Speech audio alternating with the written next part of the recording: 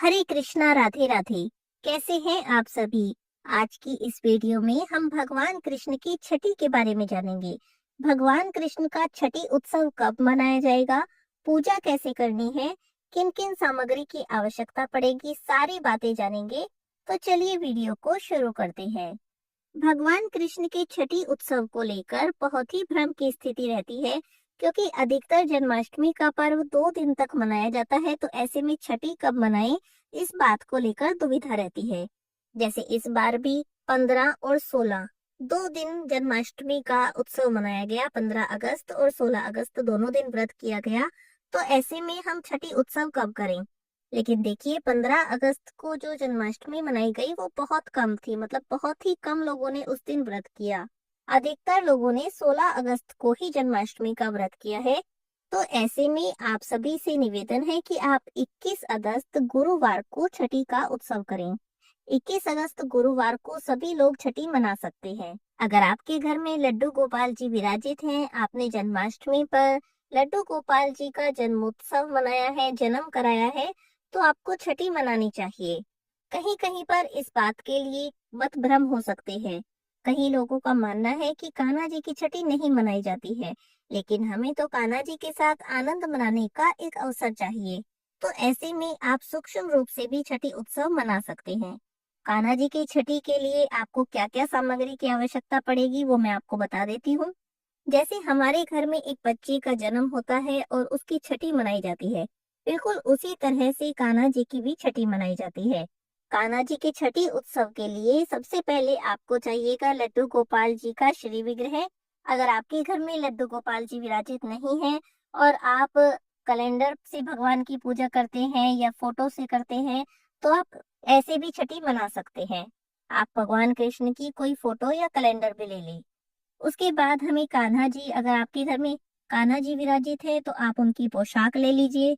छठी के दिन अधिकतर कान्हा जी को पीले रंग के वस्त्र पहनाए जाते हैं, तो आप पीले रंग की पोशाक ले लें। अगर आप चित्र या कैलेंडर की पूजा कर रहे हैं तो पोशाक के रूप में आप कलावा अर्पित करेंगे। अब आप एक बड़ा सा बर्तन ले लें, चाहे तो कोई थाली, परात या कोई डोंगा टाइप का कोई बड़ा सा बर्तन ले लें। साथ ही में आपको चाहिएगा थोड़ा सा दूध। कान्हा जी को नजरिए बनाए जाते हैं छठी के दिन, तो आपको नजरिए चाहिएंगे, जिससे कान्हा जी को नजर नहीं लगेगी। कान्हा जी का दूध से स्नान कराने के बाद, उन्हें वस्त्र पहनाने के बाद कान्हा जी को मोर पंख अर्पित किया जाता है, तो आप मोर पंख भी लाकर रखें। मोर पंख और बांसुरी आप जरूर अर्पित करें। साथ ही में आपको चाहिएंगे रोली, चावल और चंदन। कान्हा जी को नजर से बचाने के लिए काजल की आवश्यकता होगी। अच्छी तरह से श्रृंगार करने के बाद, पूजा करने के बाद आप कान्हा जी को भोग लगाएंगे। तो भोग लगाने के लिए तुलसी दल की आवश्यकता होगी। बिना तुलसी दल के कान्हा जी भोग स्वीकार नहीं करेंगे। हाँ, एक और बात, अब भोग क्या लगाएं? छठी के दिन कान्हा जी को विशेष रूप से कड़ी चावल का भोग लगाया जाता है। कड़ी चावल के साथ आप और भी पकवान बना सकते हैं, जैसे हलवा, पूरी, ये जो भी आप पकवान घर में बनाना चाहे वो बना सकते हैं। जैसे आपके घर में छठी मनाई जाती है उसी के नियम के अनुसार आप यहाँ पर भोग तैयार करें। कान्हा जी की छठी के दिन कुछ लोग भगवान को 56 भोग भी अर्पित करते हैं। कुछ लोग जन्माष्टमी के दिन ही कर देते हैं, लेकिन जो उस दिन नहीं कर पाते हैं वो कान्हा जी की छठी के दिन 56 भोग अर्पित कर सकते हैं। एक और बात, अगर आप जन्माष्टमी के दिन अच्छी तरह से भगवान की पूजा किसी भी कारण से नहीं कर पाए हैं, तो आप छठी के दिन भगवान की पूजा कर सकते हैं। सारा काम होने के बाद भगवान की नजर उतारना बिल्कुल ना भूलें। तो नजर उतारने के लिए आपको राई और नमक की आवश्यकता होगी। आपने गाने में सुना ही होगा कि नून राई से भगवान की नजर उतारी जाती है। और हाँ, सबसे मेन बात तो हम भूल ही गए, कान्हा जी की छठी के दिन कान्हा जी को पालने में झूला झुलाया जाता है। तो आप झूले की व्यवस्था जरूर करें। आपके पास जो झूला होगा, जिसमें आपने जन्माष्टमी पर झूला झुलाया है, आप वो भी ले सकते हैं। या आप चाहे तो एक नया झूला, पालना टाइप झूला भी ला सकते हैं। जैसे भी आपको सही लगे आप उस तरह से इस काम को कर सकते हैं। साथ ही साथ कान्हा जी की छठी के दिन ही कान्हा जी का नामकरण भी किया जाता है। अगर आपके घर में पहले से ही लड्डू गोपाल जी विराजित है तो कोई बात नहीं, आपने उनका नामकरण किया ही होगा। लेकिन अगर आप अभी अभी लड्डू गोपाल जी को लाए हैं, आपने अपने घर में अभी अभी लड्डू गोपाल जी की सेवा शुरू की है, तो छठी के दिन उनका नामकरण जरूर करें और उन्हें एक प्यारा सा नाम भी दें।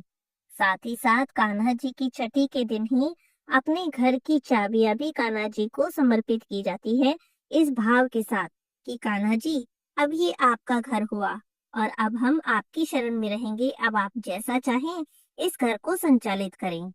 इस तरह से कान्हा जी की छठी के दिन आपको इन सभी चीजों की आवश्यकता रहेगी, इन्हें आप पहले से ही तैयार कर लें। चलिए अब जान लेते हैं कि कान्हा जी का छठी पूजन कैसे किया जाता है। वैसे तो आप अपने घर के रीति रिवाज के अनुसार भी इस पूजन को कर सकते हैं, जैसे आपके घर में छठी मनाई जाती है उस तरह से, लेकिन जिन्हें नहीं पता उन्हें बता देती हूँ। सबसे पहला प्रश्न तो आता है कि हम पूजा किस समय करें। छठी पूजन हम सुबह में करें, दोपहर में करें या शाम में करें। तो देखिए, वैसे तो छठी पूजन प्रदोष काल में किया जाता है, यानी शाम के समय किया जाता है। लेकिन अगर आप जॉब करते हैं, शाम के समय घर पर अवेलेबल नहीं रहते हैं, तो आप दोपहर में या सुबह में भी छठी पूजन कर सकते हैं। वैसे सबसे सही समय रहता है प्रदोष काल में।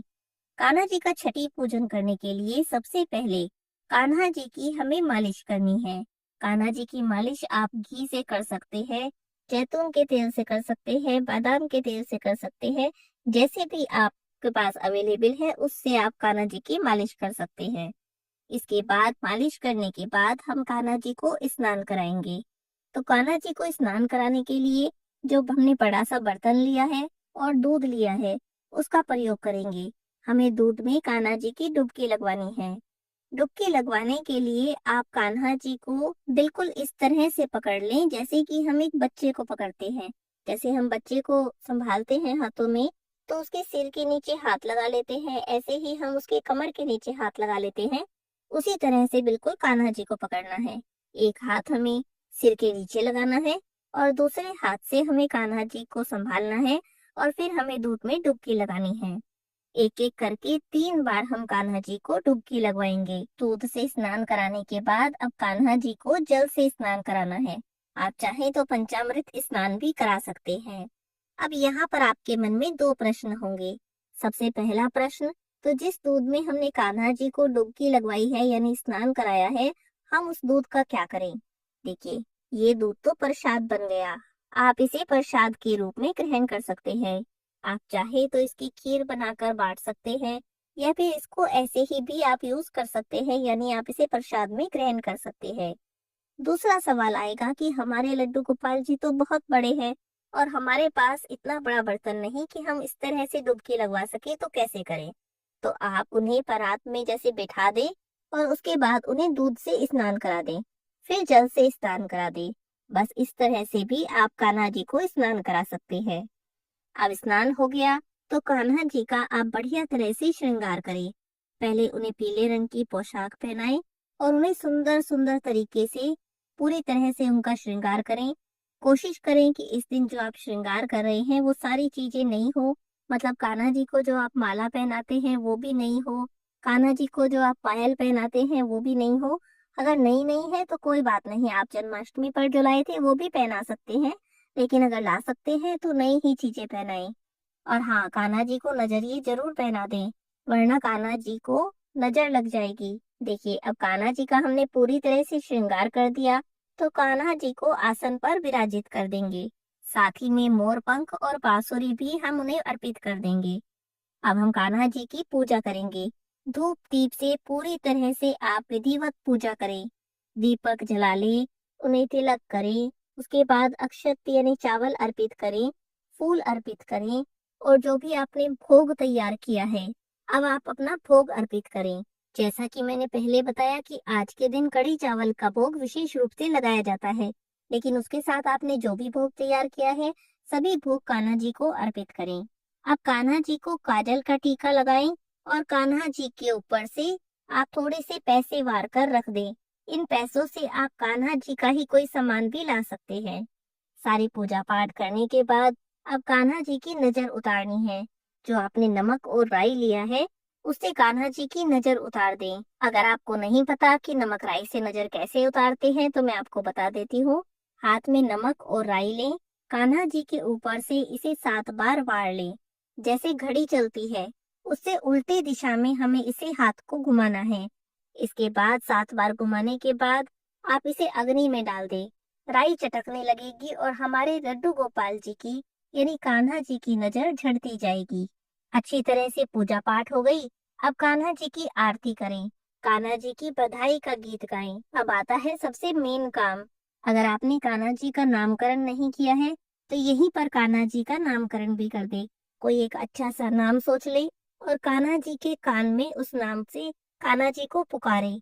बस यही आपके कान्हा जी का नाम हो जाएगा। और साथ ही में अपने घर की चाबियां भी कान्हा जी को इसी समय पर अर्पित कर दे और प्रार्थना करें, हे कान्हा जी, अब ये घर आपका हुआ। हम सभी अब आपकी शरण में रहेंगे।